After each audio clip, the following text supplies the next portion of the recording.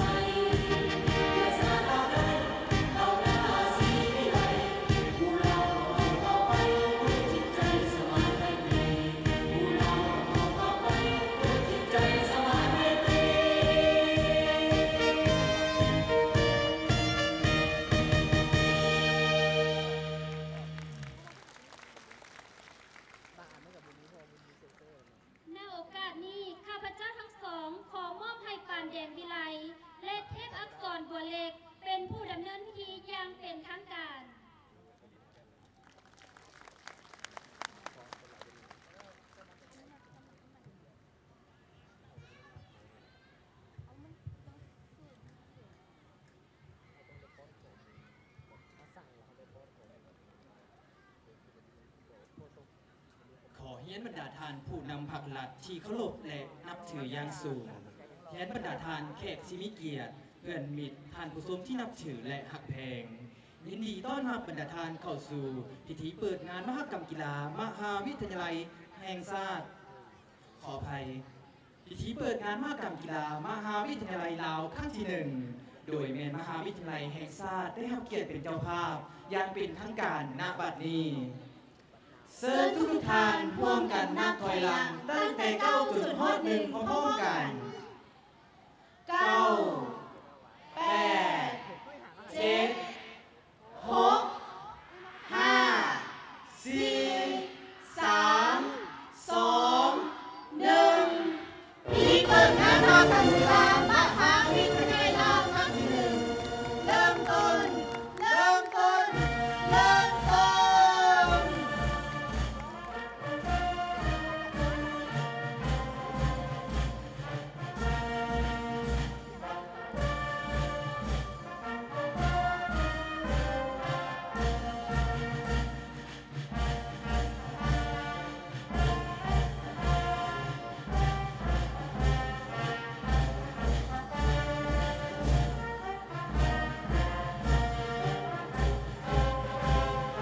ของดุริยางค์เยาวชนธันวา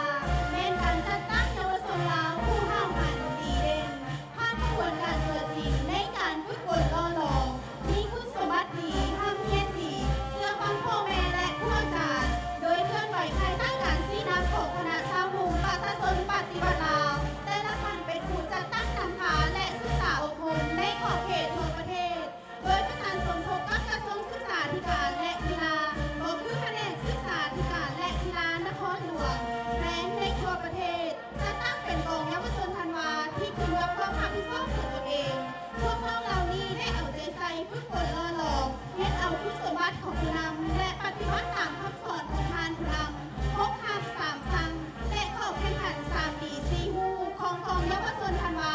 ปัจจุบันมีสมาชิกเยาวชนธันวาทั้งหมด 337,542 น้อง เป็นหญิง 16,256 น้อง ประกอบเป็น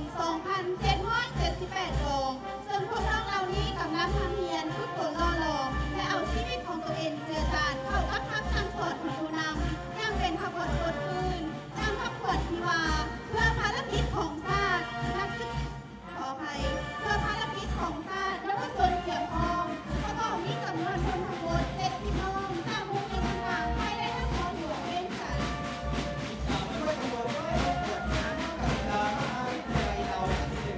สื่อป้ายโดยนักศึกษาจากมหาวิทยาลัยแห่งชาติจำนวน 3 คนซึ่งมีแม่ในเขียนว่าส่งเสริมงานมหกรรมกีฬามหาวิทยาลัยลาวครั้งที่ 1ที่นครหลวงเวียงจันทร์วันที่ 5 วันที่ 15 มีนา 2016 ติดตามมาด้วยต้นกำลังขบวนป้ายงานขั้นที่ 1 งานมหกรรมกีฬามหาวิทยาลัยลาวขั้นที่ 1 เป็นเหตุการณ์ทางการกีฬาอันยิ่งใหญ่ของประเทศชาติซึ่งมีความหมายความสำคัญทางด้านการเมืองและวัฒนธรรมเป็นให้กีฬากลายเป็นกีฬาแห่งสันติภาพและมิตรภาพถือป้ายโดยนักศึกษาจากมหาวิทยาลัยแห่งชาติจำนวน 4 คน ติดตามมาด้วยขบวนป้ายโลโก้ งานมหกรรมกีฬามหาวิทยาลัยลาวครั้งที่ 1 ได้กำหนดเอากาหมายสหพันธ์กีฬามหาวิทยาลัยลาวเป็นสัญลักษณ์ของงานส่องแสงให้เห็นว่าโบสีแดงหมายถึงความเข้มแข็งและตั้งใจนักกีฬาหัวเข่าสีเขียวหมายถึงความอุดมสมบูรณ์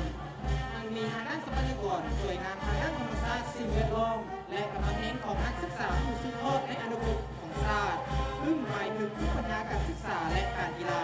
หรือป้ายโดยนักศึกษาจากมหาวิทยาลัยแห่งชาติจำนวน 4 คน ติดตามมาด้วยก้อนกำลังขบวนภูมิศาสตร์ทุกสหพันธ์กีฬามหาวิทยาลัยลาว และทุกกระทรวงศึกษาธิการและกีฬาขึ้นสู่ยอดเสาประกอบมีจำนวนคน24 คนจากมหาวิทยาลัยแห่งชาติ ภูมิศาสตร์เป็นภูมิสัญลักษณ์ของความเป็นศาสตร์พื้นแผ่นดินอันครบถ้วนได้รวบรวมเอาพลังอนุภาคก้าวเกณฑ์ในการต่อสู้ด้านศัตรูที่เข้ามาหุกคานภายใต้การนำพาอันพิพาทสามารถสละต้องใส่ของพรรคเพื่อความเป็นเอกราชประชาธิปไตยพื้นแผ่นดินอันครบถ้วนและของแห่งของประชาชนลาวส่องแสงให้เห็นจิตใจอันบริสุทธิ์ผุดพองและใส่แจ้งของประชาชนลาวประดาเผ่าดังการวังพิงความอุดมสมบูรณ์ทางด้านวัฒนธรรมและการทำมาหากินที่ขึ้นนำสำราญ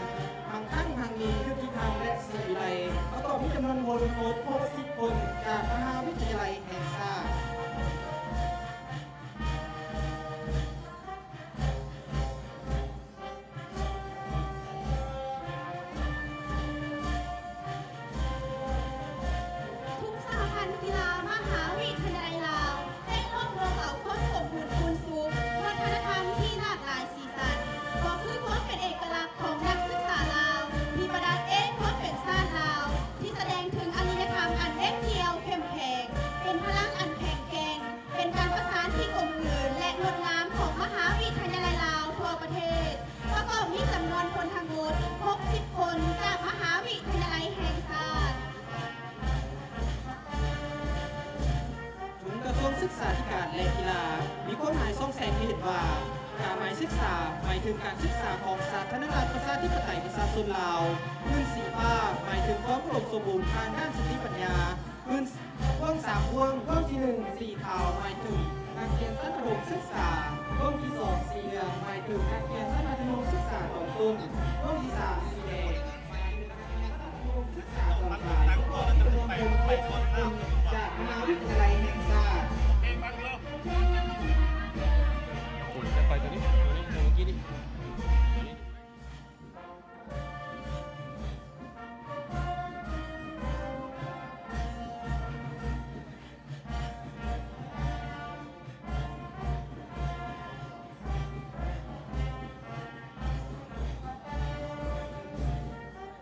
ติดตามมาด้วยก็กำลังของคณะกรรมการตัดสินกรรมการตัดสินเป็นภาคส่วนหนึ่งที่สำคัญเพื่อให้การแข่งขันกีฬามีความยุติธรรมโปร่งใส แต่ติดตามมาด้วยก้อนกำลังกรรมการตัดสินซึ่งว่ากรรมการตัดสินแม่นภาคส่วนหนึ่งที่สำคัญ เพื่อเฮ็ดให้การแข่งขันกีฬามีความยุติธรรมโปร่งใสและรักษาได้ความสามัคคีระหว่างนักกีฬาด้วยกัน